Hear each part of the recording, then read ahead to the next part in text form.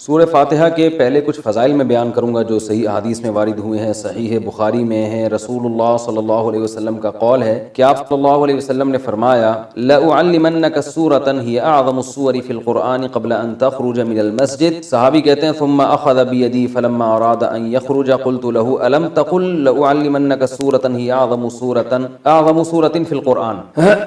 صحابی رسول کہتے ہیں نبی صلی اللہ علیہ وسلم نے فرمایا کہ مسجد میں نکلنے سے پہلے میں تمہیں ایک ایسی صورت بتاؤں گا جو قرآن مجید میں سب سے افضل صورت ہے، سب سے عظیم صورت ہے۔ جب نکلنے لگے تو صحابی فرماتے ہیں میں نے یاد دلایا تو آپ صلی اللہ علیہ وسلم نے فرمایا سب سے عظیم صورت ہے الحمدللہ رب العالمین، اور آگے پورے سورہ فاتحہ۔ تو یہ بڑی فضیلت ہے، قرآن مجید میں بھی اللہ نے اس کی فضیلت کو بیان کیا، فرمایا وَلَقَدْ آتَيْنَاكَ سَبْعًا مِنَ الْمَثَانِي وَالْقُرْآنِ الْعَظِيمِ۔ اے نبی ہم نے آپ کو 7 وہ صورتیں دی ہیں جو بار بار دہرائی جاتی ہیں اور باقی قرآن۔ تو یعنی اس صورت کو الگ سے اللہ نے بیان کیا کہ باقی قرآن بھی دیا اور یہ 7 صورتیں بھی دیں، تو یہ اس کی علامت ہے کہ اس صورت کی اللہ کی نظر میں بہت اہمیت ہے۔ اور اللہ نے اس کی صفت یہ بیان کی بار بار دہرائی جانے والی بار بار دہرائی جانے والی صورت، تو یہ بھی اس کی ایک فضیلت ہے کہ بار بار نمازوں میں دہرائی جاتی ہے۔ نماز میں قرآن کا کوئی بھی حصہ اتنا زیادہ نہیں پڑھا جاتا جتنی سورہ فاتحہ کو پڑھا جاتا ہے، تو بہت بڑی فضیلت ہے۔ اور آپ صلی اللہ علیہ وسلم نے فرمایا لم ينزل في التوراة ولا في الانجیل سورۃ مثل سورۃ الفاتحہ ولا اعظم منها۔ آپ صلی اللہ علیہ وسلم نے فرمایا نہ اللہ نے تورات میں اس سے بہتر سورت نازل کی، نہ انجیل میں، اور نہ باقی قرآن میں اس سے بہتر سورت نازل کی ہے۔ اور ایک اور حدیث میں آتا ہے کہ رسول اللہ صلی اللہ علیہ وسلم نے ارشاد فرمایا کہ اللہ تعالیٰ فرماتے ہیں قسمت الصلاۃ بینی و بین عبدی، اللہ تعالیٰ فرماتے ہیں میں نے اپنے اور بندے کے درمیان نماز کو ڈیوائڈ کر دیا ہے۔ تو یہاں نماز سے مراد فاتحہ ہے، یعنی اس کی اتنی اہمیت ہے کہ اللہ نے فاتحہ کو نماز سے تعبیر کیا ہے۔ تو فرمایا کہ جب کوئی بندہ نماز میں کھڑا ہو کر کہتا ہے الحمدللہ رب العالمین، تو اللہ تعالیٰ فرماتے ہیں حمیدنی عبدی، میرے بندے نے میری حمد و ثنا کی، یعنی فرشتوں سے فخر سے کہتے ہیں۔ اور جب وہ کہتا ہے کہ الرحمن الرحیم، بڑا مہربان نہایت رحم کرنے والا، تو اللہ فرشتوں سے کہتے ہیں اثنا علی عبدی، میرا بندہ زبان سے میری تعریف کر رہا ہے۔ اور جب وہ کہتا ہے مالک یوم الدین، تو اللہ تعالیٰ فرشتوں سے کہتے ہیں مجدنی عبدی، دیکھو میرا بندہ میری بزرگی بیان کر رہا ہے۔ اور جب انسان، یہ تو وہ ہے جو اللہ یعنی اللہ کا حصہ ہے، یعنی حدیث میں آتا ہے نا میں نے نماز کو اپنے اور بندے کے درمیان ڈیوائڈ کیا، تو کچھ حصہ میرا ہے اور کچھ بندے کا ہے، تو یہ والا تو میرا ہو گیا، یہ میری تعریفیں کر رہا ہے۔ اور فرمایا کہ جب یہ کہتا ہے ایاک نعبد و ایاک نستعین، اے اللہ ہم تیری عبادت کرتے ہیں، تجھ سے مدد طلب کرتے ہیں، تو اللہ تعالیٰ فرماتے ہیں ھذا بینی و بین عبدی، کہ میرے اور بندے کے درمیان ایگریمنٹ ہے کہ یہ توحید پر قائم رہے گا۔ اور اب اس نے جب ایگریمنٹ کر لیا اور میری تعریفیں بھی کر دی، تو اب ولی عبدی ما سأل، اس کا حصہ کیا ہے کہ اب جو یہ مانگے گا اس کو ملے گا۔ تو اب یہ مانگے گا کیا، اللہ تعالیٰ ہم پہ چھوڑ دیتے، ہم الٹی سیدھی مانگنا شروع کر دیتے، تو اس لیے اللہ نے فرمایا کہ بڑی چیز مانگو خود، کیونکہ اللہ کی رحمت جوش میں اور اللہ کو پتہ ہے کہ میں دعا قبول کروں گا، تو اس لیے اللہ نے اچھی دعا مانگنے کا ہمیں حکم دیا جو اہم تھی۔ اور حکم کیا دیا، اہدنا الصراط المستقیم، کہ اللہ تو ہمیں سیدھے راستے پر چلا، صراط الذین انعمت علیہم غیر المغضوب علیہم ولا الضالین۔ تو یہ اس طرح سے اللہ تعالیٰ نے فاتحہ کو 2 حصوں میں ڈیوائڈ کیا ہے حدیث کے مطابق۔ اور حدیث میں آتا ہے صحیح مسلم میں عبداللہ بن عباس رضی اللہ عنہ سے مروی ہے کہ آپ صلی اللہ علیہ وسلم کے پاس جبریل علیہ السلام بیٹھے ہوئے تھے، اچانک آپ نے ایک زوردار آواز سنی جو اس سے پہلے کبھی نہیں سنی تھی۔ تو جبریل نے فرمایا کہ یہ ایک آسمان کا دروازہ ہے جو کھلا ہے، جو آج سے پہلے کبھی بھی نہیں کھلا تھا، اس سے ایک فرشتہ نازل ہوا ہے، اور فرشتے نے نازل ہو کر پھر نبی صلی اللہ علیہ وسلم کو خوشخبری سنائی اور فرمایا ابشر بنورین اوتیتہما لم یؤتہما نبی قبلک فاتحۃ الکتاب و خواتیم سورۃ البقرہ۔ اس نے آپ صلی اللہ علیہ وسلم کو خوشخبری سنائی اور عرض کیا کہ یا رسول اللہ آپ کو میں 2 ایسی قرآن کی صورتوں کی خوشخبری سنا رہا ہوں جو آپ سے پہلے کسی نبی کو نہیں دی گئی، تو ایک تو سورہ فاتحہ اور ایک سورہ بقرہ کا آخری حصہ آمن الرسول بما انزل الیہ من ربہ والمؤمنون۔ تو یہ اس کے کچھ فضائل ہیں، اس سے معلوم ہوتا ہے کہ بہت بڑی فضیلت ہے۔ ایک فضیلت سورہ فاتحہ کی یہ بھی ہے کہ یہ دم میں بھی رقیہ کے کام آتی ہے۔ صحابی سے ثابت ہے کہ انہوں نے جن اتارا اور سورہ فاتحہ پڑھ کے ان پہ پھونک مارتے گئے اور وہ جن کے اثرات ختم ہوتے چلے گئے۔ تو اس لیے اگر کسی پہ خدا نخواستہ جادو یا جنات کے اثرات ہوں تو سورہ فاتحہ پانی پہ دم کر کے چھینٹے ماریں یا ویسے ہی پھونک ماریں، اس کا بہت فائدہ ہوتا ہے۔ یہ سورہ فاتحہ کیا جو ہے نا کچھ فضیلت تھی جو میں نے آپ کے سامنے بیان کی۔ اب اس کی کچھ تفسیر بیان کروں گا۔ سورہ فاتحہ میں نماز میں اس کا کیا مقام ہے؟ رسول اللہ صلی اللہ علیہ وسلم نے ارشاد فرمایا کہ من لم یقرأ بفاتحۃ الکتاب فلا صلاۃ لہ، بخاری کی حدیث ہے جو شخص سورہ فاتحہ نہیں پڑھتا اس کی نماز نہیں ہوتی۔ تو اتنی بات تو بہرحال ثابت ہے کہ سورہ فاتحہ نماز کا ایک ضروری حصہ ہے۔ اب اس میں اختلاف ہے، فقہا فقہا کا کہ امام اگر پڑھ لے تو سب کی طرف سے کافی ہوگی یا نہیں ہوگی. تو اس میں امام ابو حنیفہ رحمہ اللہ تعالیٰ کا جو قول ہے وہ یہ ہے کہ امام اگر پڑھ لے گا تو مقتدیوں پہ پڑھنا لازم نہیں ہے بلکہ جائز ہی نہیں ہے, کیونکہ امام کی قرات مقتدیوں کے لیے کافی ہے. اور امام شافعی رحمہ اللہ تعالیٰ کی رائے یہ ہے کہ امام جب پڑھے گا سورہ فاتحہ تو مقتدی پر بھی واجب ہے, چاہے جہری نماز ہو یا سری نماز ہو. اور بعض ائمہ کے نزدیک سری نماز میں تو امام پڑھے گا, جہری میں نہیں پڑھے گا. تو سب کے اپنے دلائل ہیں. امام شافعی رحمہ اللہ تعالیٰ کی دلیل ہے یہی حدیث کہ جو شخص فاتحہ نہیں پڑھتا اس کی نماز نہیں ہوتی. وہ کہتے ہیں اس میں تو یہ نہیں ہے کہ امام اور مقتدی کا فرق نہیں کیا گیا, لہذا سب کے بارے میں ہے یہ. اور یہ جو آیت ہے قرآن مجید کی اذا قرئ القرآن فاستمعوا له, جب قرآن کی تلاوت کی جائے تو خاموشی سے سنو, تو وہ کہتے ہیں یہ جو ہے یہ جمعے کے خطبے کے بارے میں ہے, یہ اس کے بارے میں نہیں ہے نماز کے بارے میں, کیونکہ اس کے بارے میں تو صحیح حدیث میں آتا ہے کہ جو ہے وہ جب قرات کی جائے تو خاموشی سے, یعنی حدیث میں آتا ہے کہ جو فاتحہ نہیں پڑھتا اس کی نماز نہیں ہوتی. اور بعض ائمہ اس طرف گئے ہیں کہ سری نمازوں میں تو پڑھی جائے گی, جہری میں نہیں. جہری میں کیوں نہیں پڑھی جائے گی؟ وہ کہتے ہیں قرآن کی آیت ہے جب قرآن پڑھا جائے تو خاموشی سے سنو, اور سری میں اس لیے پڑھی جائے گی کہ یہاں قرآن زور سے پڑھا ہی نہیں جا رہا, تو خاموشی سے سننے کے بھی ہمیں حکم نہیں ہے, لہذا ہم جیسے چاہیں یعنی ہم جو ہے وہ اسی حدیث پر عمل کریں گے جس میں آتا ہے جو فاتحہ نہیں پڑھتا اس کی نماز نہیں ہوتی. اور ایک حدیث میں یہ بھی ہے کہ صحابی نے پوچھا یا رسول اللہ ہم امام کے پیچھے ہوتے ہیں, تو آپ نے فرمایا اقرا فی نفسک, کہ اس کو دل میں پڑھو فاتحہ کو اگر امام کے پیچھے بھی ہو. تو اس بیس پر بھی امام شافعی نے استدلال کیا کہ امام کے پیچھے بھی ہوں تو آپ کو فاتحہ پڑھنی چاہیے. جو امام حنیفہ کے دلائل ہیں وہ دوسری طرف ہیں. وہ پہلے تو قرآن کی آیت پیش کرتے ہیں کہ قرآن میں آتا ہے اذا قرئ القرآن فاستمعوا له وانصتوا, جب قرآن کی تلاوت کی جائے تو خاموشی سے سنو اور غور سے سنو اور خاموش رہو. تو وہ کہتے ہیں اس میں تو سورہ فاتحہ اور غیر فاتحہ دونوں داخل ہیں, لہذا جہری نمازوں میں تو سوال ہی پیدا نہیں ہوتا. باقی یہ جو حدیث ہے جس میں آتا ہے کہ صحابی نے کہا ہم امام کے پیچھے ہوتے ہیں تو آپ نے فرمایا صرف فاتحہ سورہ فاتحہ پڑھ سکتے ہو, تو کہتے ہیں یہ خبر واحد ہے اور یہ قرآن کی مقابلہ نہیں کر سکتی. قرآن تو متواتر ہے, تو قرآن میں جب صاف لفظوں میں منع کیا جا رہا ہے, اور خاص طور پر بعض صحابہ سے مروی ہے کہ وہ قسم اٹھا کے کہتے تھے کہ یہ نماز کے بارے میں نازل ہوئی ہے, تو ہم کہتے ہیں کہ نماز ہو یا جمعہ ہو سب کو شامل ہے. جب بھی قرآن سنانے کے لیے پڑھا جائے گا تو اس کا سننا واجب ہے. ایک ہوتا ہے کوئی اپنے طور پہ تلاوت کر رہا ہے, وہ تو اس کی مرضی ہے, اپنے طور پہ تلاوت کر رہا ہے, آپ سنیں نہ سنیں. ایک ہوتا ہے باقاعدہ کوئی محفل ہو جس میں سنایا جا رہا ہو, تو اس میں تو سننا بہرحال واجب ہے. تو سری نمازوں کے بارے میں امام حنیفہ کی جو حدیث ہے وہ بہقی کی حدیث ہے, من کان لہ امام فقراءۃ الامام لہ قراءۃ. حدیث میں آتا ہے جس شخص کا کوئی امام ہو تو امام کی قرات مقتدی کے لیے کافی ہے. اور ناصر الالبانی جو ہے نا علماء معاصرین میں سے, انہوں نے اس حدیث کو صحیح قرار دیا ہے. تو دونوں طرف دلائل ہیں. اور یہ جو دلیل ہے کہ جو فاتحہ نہیں پڑھتا اس کی نماز نہیں ہوتی, تو صحیح مسلم کی حدیث میں آتا ہے کہ جو فاتحہ نہیں پڑھتا من لم یقرأ بفاتحۃ الکتاب فصاعدا, جو فاتحہ نہیں پڑھتا اور پلس سورت نہیں ملاتا اس کی نماز نہیں ہوتی. تو ہم کہتے ہیں پوری حدیث تو یوں کہ فاتحہ اور پلس سورت. تو جیسے سورت کے بارے میں آپ کہتے ہیں کہ جو امام کے پیچھے کھڑا ہے وہ سورت نہیں پڑھے گا, امام کی سورت اس کے لیے کافی ہو گئی, تو ایسے ہی فاتحہ کے بارے میں بھی ہے. رہا یہ مسئلہ کہ جو حدیث میں آتا ہے کہ جو فاتحہ نہیں پڑھتا نماز نہیں ہوتی, تو اس سے مراد ہے حقیقتاً بھی نہ پڑھے حکمن بھی نہ پڑھے. امام نے جب فاتحہ پڑھ لیا تو مقتدی پڑھنے والے ہی کہلائیں گے, کیونکہ حدیث میں خود آ گیا کہ جس کا امام ہے تو امام کی قرات مقتدی کے لیے کافی ہے. تو اس کا مطلب امام نے جب قرات کر لی مقتدی کی طرف سے وہ ہو گئی ہے, وہ مقتدی کو یوں ہی سمجھا جائے گا کہ وہ قرات کرنے والا ہے. تو یہ دلائل ہیں, دونوں طرف ہیں, اختلافی مسئلہ ہے. اس لیے جس بھی مجتہد کو فالو کریں, لیکن ایک کو فالو کریں, ایک فقہ کو فالو کرنا چاہیے. کبھی یہ جو کبھی اس رائے کو کبھی اس رائے کو, اس کی جو سنجیدہ علماء ہیں اور صدیوں سے جو علماء اہل افتاء فتویٰ دیتے ہیں وہ اس کی اجازت نہیں دیتے. وہ کہتے ہیں ایک کو فالو کریں باقی سب کو صحیح. تو یہ تو کچھ جلدی میں نے مختصراً اختلافی مسئلہ بیان کیا. باقی سورہ فاتحہ کی تفسیر کیا ہے؟ نبی یہ قرآن مجید کی وہ سورت ہے جو سب سے پہلے جس کو رکھا گیا ہے. نازل تو پہلے نہیں ہوئی ہے لیکن رکھا سب سے پہلے گیا اس کو. اس کی وجہ یہ ہے کہ ہم جب بھی قرآن کی ابتدا کریں تو سورہ فاتحہ سے کریں. فاتحہ کا معنی ویسے بھی کھول دینے والا, کھول دینے والی, تو یہاں سے گویا ابتدا ہو رہی ہے, قرآن کھل رہا ہے یہاں سے. تو اس سورت میں اللہ تعالیٰ نے اس کو تمہید بنایا ہے. جیسے ہر کتاب سے پہلے کچھ ایک تمہید ہوتی ہے نا, انٹروڈکشن ہوتا ہے, تو گویا یہ ایک قسم کی تمہید ہے. تو اللہ نے اس میں سب سے پہلے اپنا تعارف کروایا کہ الحمد للہ رب العالمین, تمام تعریفیں اللہ کے لیے ہیں جو تمام جہانوں کا پالنے والا.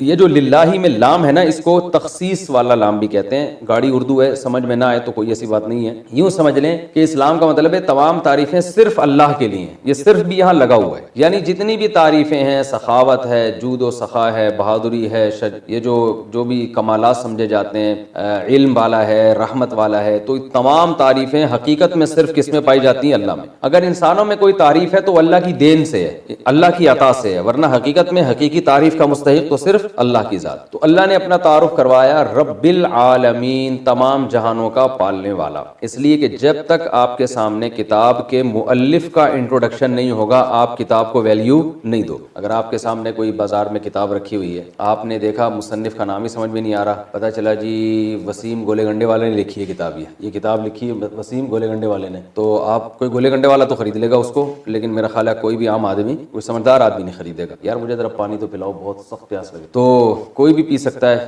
کہہ رہا ہوں، دیکھو پیاس لگ رہی ہے نا، تو کوئی بھی خرید سکتا ہے اس کتاب کو، لیکن سمجھدار آدمی نہیں خریدے گا. تو یہ مصنف سے پتہ چلتا ہے. تو یہ قرآن اللہ کی کتاب ہے، تو اس لیے اللہ نے اپنا تعارف کروایا. ایک اور تو اللہ نے تعارف کروایا، یہ اس ذات کی کتاب ہے. الحمدللہ، تمام تعریفیں اللہ کے لیے ہیں. اور یہ جو جتنے بھی جہان ہیں نا دنیا میں، کائنات ہے، ان سب کو نہ صرف بنانے والا ہے بلکہ پالنے والا ہے، سب کو چلا رہا ہے. جیسے میں نے مثال دی تھی نا، رب کہتے ہیں پالنے والے کو، تو باقاعدہ سب کی تربیت کر رہا ہے، سب کو کھلا رہا ہے، سب کو ایک نظام کے تحت چلا رہا ہے، تبھی پوری کائنات لاکھوں کروڑوں سالوں سے بچی ہوئی ہے. جزاک اللہ، الحمدللہ. تو پالن ہار، پالنے والا. تبھی قرآن میں دوسرے مقام پر آتا ہے یمسک السماوات والارض ان تزولا، کہ اللہ نے زمین اور آسمان کو تھاما ہوا ہے. اللہ تعالیٰ ولئن زالتا، اگر اللہ ان کو نہ تھامے نا اور یہ اپنی جگہ سے زائل ہو جائیں، تو اللہ کے علاوہ کوئی دوبارہ ان کو اسی ٹریک پہ نہیں لا سکتا. تو یہ نظام عالم بننے میں بھی اللہ کا محتاج ہے اور برقرار رہنے میں بھی اللہ کا محتاج ہے. تو اتنی بڑی ذات ہے جس کی کتاب ہے آگے جو تم پڑھو گے. الحمدللہ رب العالمین. العالمین عالم کی جمع ہے، عالم کہتے ہیں جہان کو. بہت سارے جہان ہیں. اب اس میں علماء کی مختلف آراء ہیں. بھائی جہان اس اعتبار سے بھی ہیں کہ زمین ایک الگ دنیا ہے، آسمانوں کی ایک الگ دنیا ہے، پھر آسمان 7 ہیں، ہر 7 آسمان کی ایک الگ دنیا ہے. تو اس لحاظ سے اللہ نے بہت سارے جہان بتائے. اور بعض علماء کہتے ہیں اس لحاظ سے بہت سارے جہان ہیں کہ ایک جہان یہ دنیا کا ہے، ایک قبر کا ہوگا اور ایک آخرت کا ہوگا. یہ بھی تو الگ الگ جہاں ہے نا، ہم تو شفٹ ہوتے ہیں. ہماری روح یہاں سے مادی زندگی سے برزخ میں جائے گی، برزخ سے پھر آگے دوبارہ حشر میں، پھر جنت ہے یا جہنم ہے. تو یہ سارے مختلف جہاں ہیں. اور بعض علماء کہتے ہیں اس لحاظ سے یہ مختلف جہاں ہیں کہ جیسے ایک مادی زندگی ہے نا انسانوں کی ہے، ایک فرشتوں کی بھی زندگی ہے، ان کی بھی ایک الگ دنیا ہے، جنات کی بھی ایک الگ دنیا ہے. تو جنات کیوں ٹریس نہیں ہوتے، کیوں نظر نہیں آتے؟ اس لیے کہ وہ مادی چیز نہیں ہے، وہ ایک الگ ہی مخلوق ہے جو ہم اس کو دیکھ نہیں سکتے. آگ سے بنی ہوئی مخلوق ہے. اور یہ جو فرشتے ہیں یہ روشنی سے بنی ہوئی مخلوق ہے. تو یہ بالکل ایک الگ جہاں ہے. تو اس لیے انسان کی جو ریسرچ ہے نا، جو مادی ذرائع ہیں تحقیق کے، اس میں یہ آتے ہی نہیں ہے. تو یہ الگ الگ جہان اللہ نے بنائے ہیں. فرشتوں کی غلط ہو سکتا ہے یہاں بہت سارے فرشتوں میں نظر نہیں آ رہے، یہاں ہزاروں جنات تو ہمیں نظر، اور شکر ہے کہ نظر نہیں آ رہے، کیونکہ ہمیں نظر آئیں تو پھر جنات کو ہم نظر نہیں آئیں گے، ہم یہاں سے شارٹ ہو جائیں گے. ٹھیک ہے نا. تو ہوتے ہیں جنات بھی گھوم رہے ہوتے ہیں دائیں بائیں، اور مجھے تو کئی دفعہ آپ کے بارے میں وہم ہوا. اچھا، تو یہ بھی ایک الگ جہان ہے جنات کا. تو ایسے یعنی جس لحاظ سے بھی جتنے بھی جہان ہیں سب کو اکیلا پالنے والا کون ہے؟ اللہ ہے. تو اللہ بتا رہے ہیں یہ تو ایک جہان نہیں اور بھی بہت سارے جہان ہیں، ایک الگ دنیا ہے، کہکشاؤں کی ایک الگ دنیا ہے. تو رب العالمین الرحمن الرحیم. تو ابھی اللہ کا انٹروڈکشن چل رہا ہے. تو اللہ نے فرمایا کہ اس کی بہت ساری صفات ہیں، لیکن اس کی جو سب سے اہم ترین صفت ہے، بڑا مہربان اور نہایت رحم کرنے والا. اس کی وہ جس کو میں نے الرحمن رحیم کے لفظ میں بہت ڈیٹیل سے میں بیان کر چکا ہوں کہ اللہ کی رحمت اللہ کے غصے پر غالب ہے. اور اللہ اصل میں تو رحم ہی کرتا ہے، سزا جب دیتا ہے کہ جب کوئی اس کی نافرمانی کرے. اور اس میں بھی بہت سارے آپشن اس نے معافی کے رکھے ہوئے. تو ایک بادشاہ ہوتا ہے نا، کچھ ظالم ہوتے ہیں، کچھ رحم دل ہوتے ہیں. تو رحم دل معاف زیادہ کرتے ہیں اور اپنے رعایا کو نوازتے زیادہ ہیں اور سزا کم دیتے ہیں. لیکن ظالم جو ہیں وہ لوگ ان سے ڈرتے رہتے ہیں. تو اللہ تعالیٰ جو ہے رحم دل ذات ہے، لہذا وہ اپنے بندوں پر عطائیں زیادہ کرتا ہے اور ان کو سزا بھی دیتا ہے، مگر اتنی نہیں جتنی وہ مستحق ہیں. بہت سے گناہ معاف ہو جاتے ہیں. تو الرحمن الرحیم آگے فرمایا کہ مالک یوم الدین، روز جزا کا مالک. دیکھیں مالک تو اللہ اس جہاں کا بھی ہے اس جہاں کا بھی ہے، لیکن روز جزا کا مالک اس لیے اللہ نے بیان کیا کہ اس دنیا میں عارضی طور پر انسانوں کی بھی حکومت ہوتی ہے. لہذا انسان ایک دوسرے پہ ظلم کرتے ہیں اور اللہ یہ ظلم ہونے دیتا ہے، کیونکہ اللہ نے اختیارات دے دیے ہیں کہ تم چاہو تو سیدھے راستے پہ چلو، تم چاہو تو غلط راستے پہ چلو. اس قسم کے اختیارات اللہ نے ہمیں دے دیے. تو آخرت میں یہ اختیارات نہیں ہوں گے اور آخرت میں ملکیت صرف اور صرف اللہ کی ہوگی. تو لہذا جو عقل مند لوگ ہیں وہ آخرت کو سامنے رکھ کر زندگی گزارتے ہیں. وہ کہتے ہیں اگر آج ہم نے اپنے اختیارات کا غلط اور ناجائز فائدہ اٹھایا تو کل ہمیں یہ بھگتنا پڑے گا، کیونکہ یہ اختیار ہم سے سلب ہو جائے گا، ہم سے چھین لیا جائے گا. تو اس لیے اللہ نے بتایا کہ مسلمان کا عقیدہ کیا ہے کہ اللہ دنیا کا بھی مالک ہے اور آخرت کا تو تنہا مالک ہوگا. اس میں تو عارضی طور پر بھی لوگوں کو اختیارات نہیں ہوں گے. تو یہ آخرت کا عقیدہ بہت ضروری ہے. اس کے بغیر اسلام پہ نہ کوئی چل سکتا ہے، نہ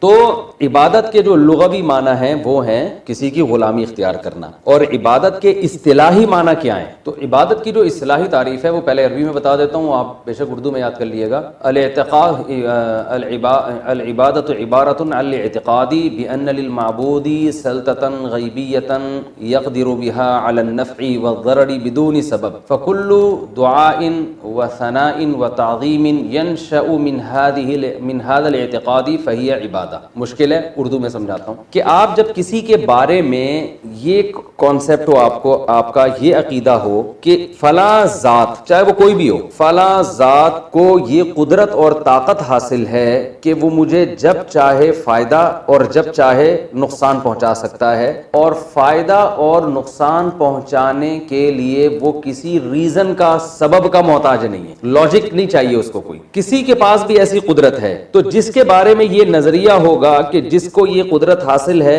تو اس کی زبان سے یا اپنے باڈی سے اس عقیدے کے ساتھ جو تعظیم ہوگی، یہ والی تعظیم عبادت کہلائے گی۔ سمجھ رہے ہیں؟ مثال کے طور پر آپ اپنے ابا کے سامنے دو زانوں بیٹھے ہوئے ہیں تمیز سے، یہ تعظیم ہے نا ابو کی۔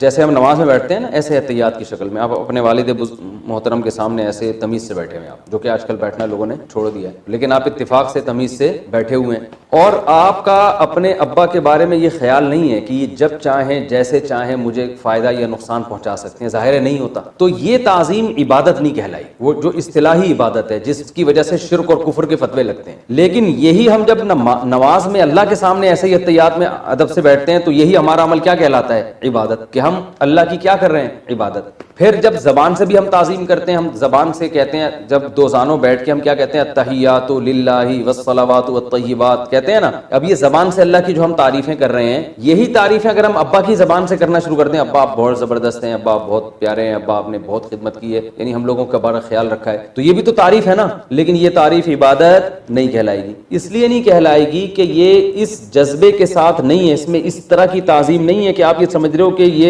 مجھے نفع اور نقصان پر قدرت سبب کے بغیر بھی رکھتے ہیں، یعنی نفع اور نقصان پر قدرت تو رکھتے ہیں لیکن اتنی قدرت جتنی اسباب کے تحت ہو، کچھ کرنے میں کچھ کسی سبب کے محتاج ہے یہ۔ اب ہندو جب بدھ کے سامنے جھکتا ہے نا، تو وہ یہ سوچ کے جھکتا ہے، چاہے وہ تھوڑی سی گردن بھی جھکائے، اس کا یہ خیال ہوتا ہے کہ یہ بت میرا فلاں کام بنا دے گا، حالانکہ کام بنانے کے اسباب اختیار نہیں کرے گا۔ اس کو خدا نے، بھگوان نے کچھ ایسی طاقتیں دی ہیں کہ یہ اب ان طاقتوں کے ہوتے ہوئے کسی سبب کا محتاج نہیں ہے، یہ اولاد دے دے گا یا میری روزی بڑھا دے گا۔ حالانکہ جب آپ جو ہے وہ کسی سے کچھ مانگتے ہو تو وہ چل کے جائے، پولیس والوں سے بات کرے، پھر ان کو سمجھائے کہ بھائی اس کا جو ہے وہ اس کے قیدی جیل میں ان کو چھوڑ دو، یا اس کا کاروبار نہیں چل رہا تو اس کو حکومت سے کہے اس کا ٹیکس کم کر دو۔ کوئی بھی اسباب ہم اختیار کرتے ہیں نا، جب انسان سے مدد مانگتے ہیں، ڈاکٹر سے کوئی شادی شدہ جوڑا جا کے کہتے ہیں اولاد نہیں ہو رہی تو دمائیں دے گا وہ، لیکن بت کے پاس جب آپ جاتے ہیں، پتھر کے بنے ہوئے بت کے پاس، اس سے اولاد مانگتے ہیں، تو آپ کا یہ نظریہ ہوتا ہے کہ آپ یہ سمجھتے ہیں کہ یہ کچھ کرنے میں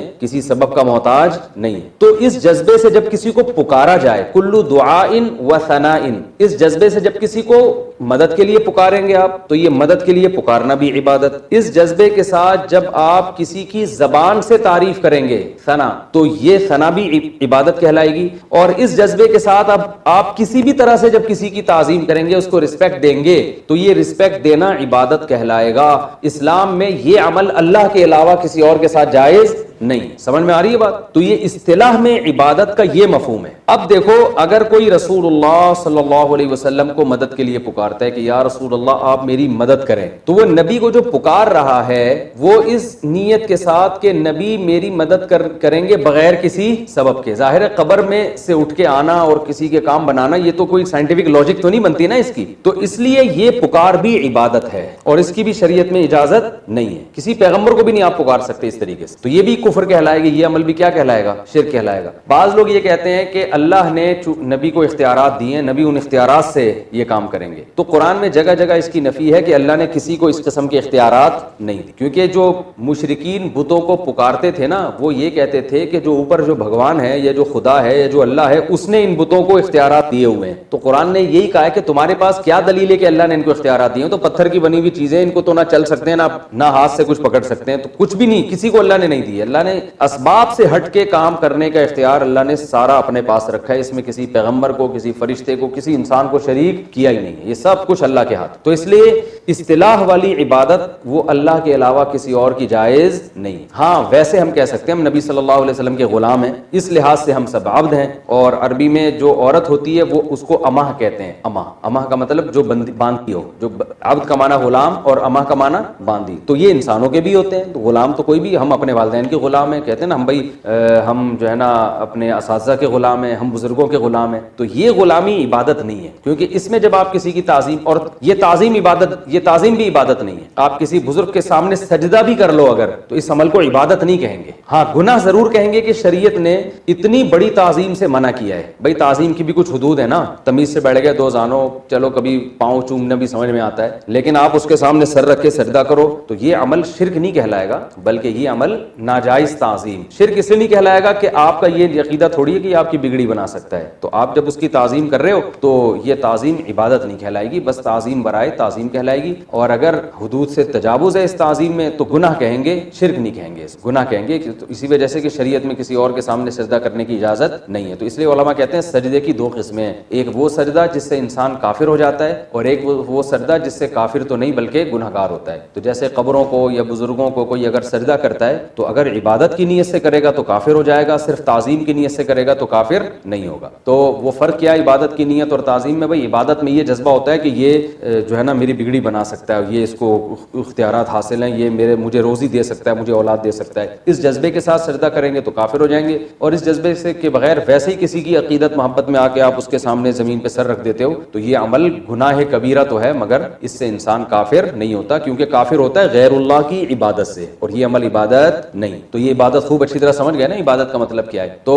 اب عبادت کے مختلف ارکان ہیں, مختلف اقسام ہیں کہ کون کون سی تعظیمیں ہیں جو لوگ کر رہے ہیں مختلف, وہ میں بتاتا ہوں. پہلے میں عبادت کا جو لغوی معنی ہے اس معنی میں بھی قرآن میں عبادت کا لفظ استعمال ہوا ہے. جیسے قرآن میں آتا ہے وما خلقت الجن والانس الا لیعبدون, میں نے انسان اور جنات کو اس لیے بنایا تاکہ وہ میری غلامی کریں. تو یہاں عبادت سے اصطلاحی عبادت مراد نہیں ہے بلکہ کیا ہے, لغت میں غلامی. تو ہماری پیدائش کا بنیادی مقصد یہ تھا کہ جو اللہ کہے ہم اس پر عمل کریں. لہذا اللہ جب عبادت کا کہے گا تو ہم عبادت کریں گے, جب عبادت سے منع کرے گا تو ہم منع ہو جائیں گے. اب دیکھیں جب عبادت سے منع کرے گا تو ہم رک جائیں گے تو وہ عمل بھی عبادت کہلائے گا, حالانکہ ہم عبادت نہیں کر رہے. مثال کے طور پر اللہ نے سورج نکلتے ہوئے سجدہ کرنے سے منع کیا. سورج جب نکل رہا ہو تو ہم نماز نہیں پڑھ سکتے, تو نماز پڑھنے سے منع کیا نا. ہم جب نماز پڑھنے سے رک جاتے ہیں اللہ کے کہنے پر تو یہ عمل کیا ہے, ہم عبادت سے رک گئے مگر ہم یہ اللہ کی غلامی میں کر رہے ہیں, تو یہ عمل بھی عین عبادت ہے. تو اب یہ کیسے ہو سکتا ہے کہ ایک کام عبادت ہو بھی اور نہیں بھی ہو؟